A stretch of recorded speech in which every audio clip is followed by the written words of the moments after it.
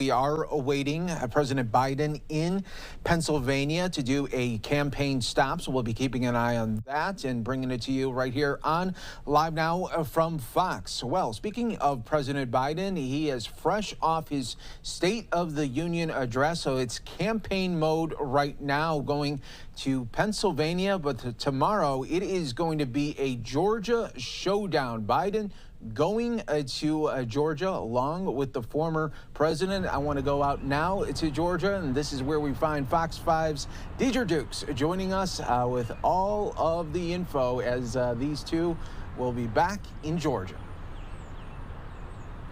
Yeah, it's going to be a very political weekend, a very busy political weekend here in Georgia. President Biden won the presidential election here in Georgia in 2020. Former President Trump, however, is polling very well here right now, leading President Biden in recent polling here in Georgia. Both candidates will be here this weekend on Saturday. President Biden will be here in the Atlanta area. Former President Trump will be campaigning in Rome, Georgia. Now, political analysts I talked to did tell me that we can expect to see both candidates campaigning here heavily leading up to the November election.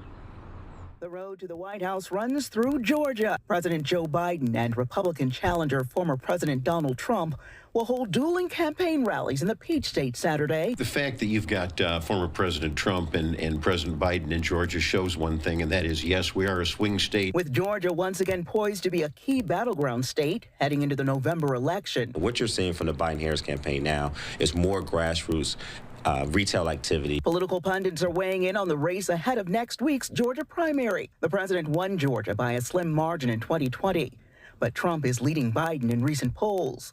Republican strategist Phil Kent says the former president will work to build on that momentum during Saturday's campaign appearance in Rome. I think what Trump is going to emphasize is what a great record he had in his presidential 4 years. Whether you like Trump or not, inflation was down, when we were energy independent, when grocery prices were down, when mortgage rates were down. President Biden's visit to Atlanta comes on the heels of his State of the Union address. Democratic political strategist Theron Johnson says the president will continue to highlight his key achievements on the campaign trail. So what you saw at the State of the Union is what you'll hear when he's here in Georgia, about telling them about how he's growing the economy, giving them health care, and also talking about education and literacy. These are important things that I think the Georgia voters want to hear from the president.